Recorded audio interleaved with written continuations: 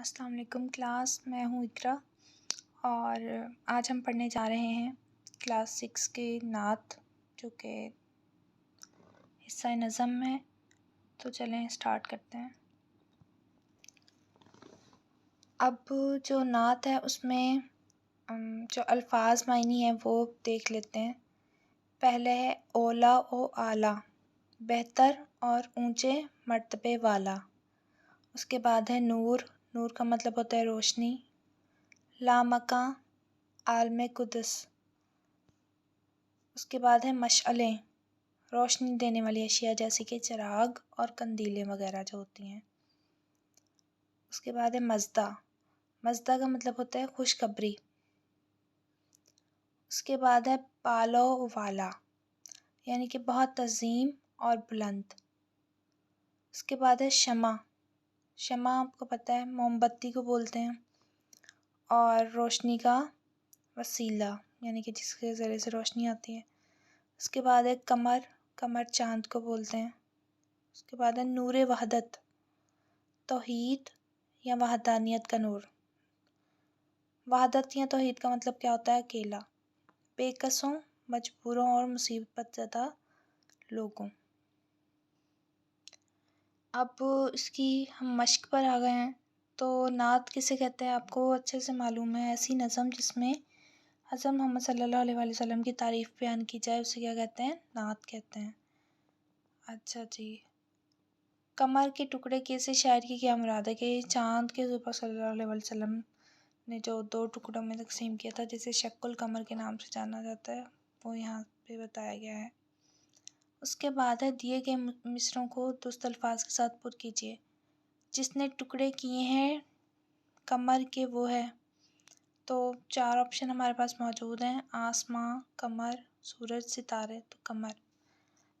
लामका तक डैश है जिसका वो है, उजाला, सहारा, नज़ारा, किनारा। तो लामका तक उजाला है जिसका वो है। उसके बाद है सबसे बाला डैश हमारा नबी, आला, इरफा, वाला, बाला, सबसे बाला व वाला। लफ्ज़ है बाला व वाला, ये देखें, बाला व वाला हमारा नबी। उसके बाद है इनका उनका डैश हमारा नबी, इनका उनका तुम्हारा हमारा नबी। उसके बाद है गमज़दों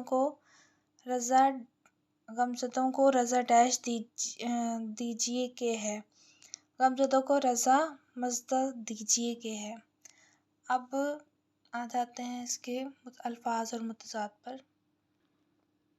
अब अल्फाज और मुतज़ाद। रोशन, रोशन का मुतज़ाद यानी कि उल्ट क्या होगा? तारीक। ओला, अदना।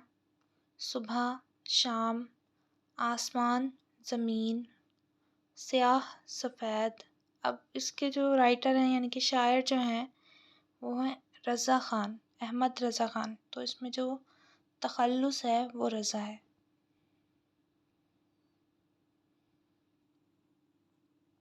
अब देखें इस एक्सरसाइज में है मुतलाज़िम या ग्रोही अल्फाज। ये मुतलाज़िम आ भी सकता है, टेस्ट में यूज़ हो सकता है।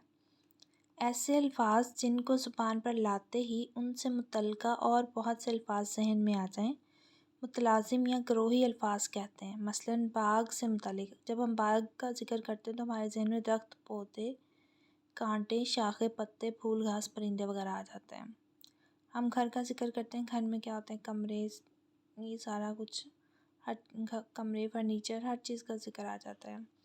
स्कूल से वाबस्ता चीज़ों का स्कूल में का अगर हम नाम लेते हैं तो उससे उसके अंदर जो जो चीज़ें होंगी हम उसके बारे में हमारे माइंड में आ जाएगा। जैसे बस्ता है, बस्ते में क्या होंगी? कापियाँ, किताबें, पेंसिल, रेज़र, शार्पनर, इस तरह की चीज़ें, स्टेशनरी। तो ये क्या है? मुतलाज़िम या ग्रोही अल्फाज हैं। अब हमारे पास जो नेक्स्ट लेसन है वो है नेकी का बदला।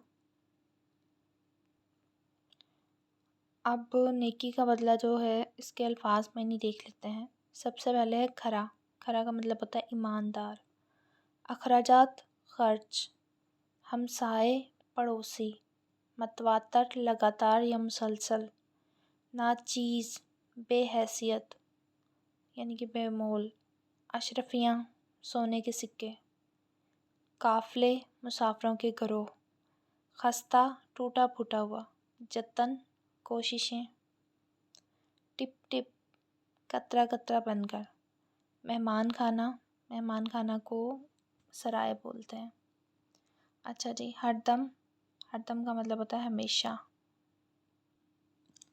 अब नेकी का बदला जो सबक है इसकी मश्क देख लेते हैं। पहला सवाल है कि ईरान के नेक सौदागर का नाम क्या था। तो ईरान के जो नेक सौदागर था उनका नाम था महरयार।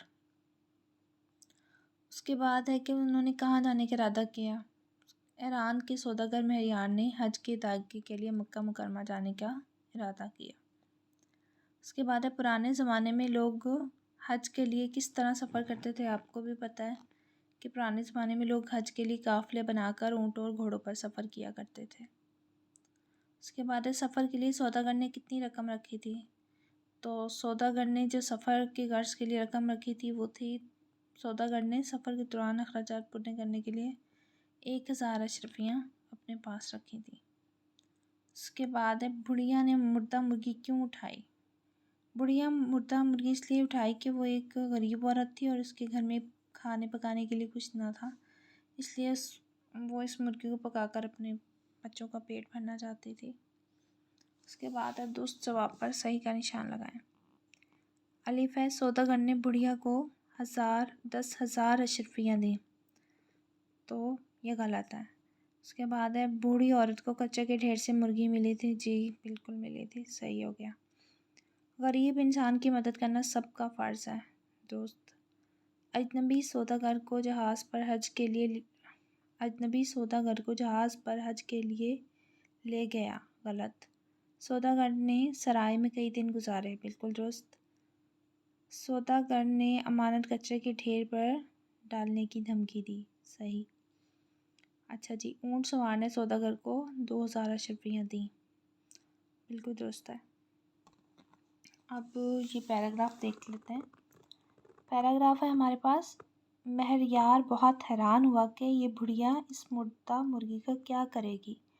इसी ख्याल में वो आंख बचाकर बुढ़िया के पीछे पीछे चल पड़ा, यहाँ तक कि बुढ़िया शहर के एक मोहल्ले में पहुंचकर एक पुराने और खस्ता मकान के सामने आकर रुक गई और फिर दरवाजे पर आहिस्ता से दस्तक दी। दरवाज़ा का खुलना था कि 4 बच्चे इससे लिपट गए।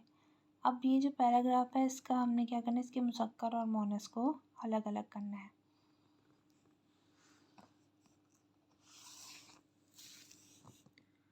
तो मुज़क्कर मोनस, महरयार क्या है, मुज़क्कर है। शहर मुज़क्कर है। मोहल्ला मुज़क्कर है। बच्चे मुज़क्कर हैं। मकान मुज़क्कर है। मोनस इसमें सिर्फ 3 चीज़ें हैं, बुढ़िया, मुर्गी और दस्तक।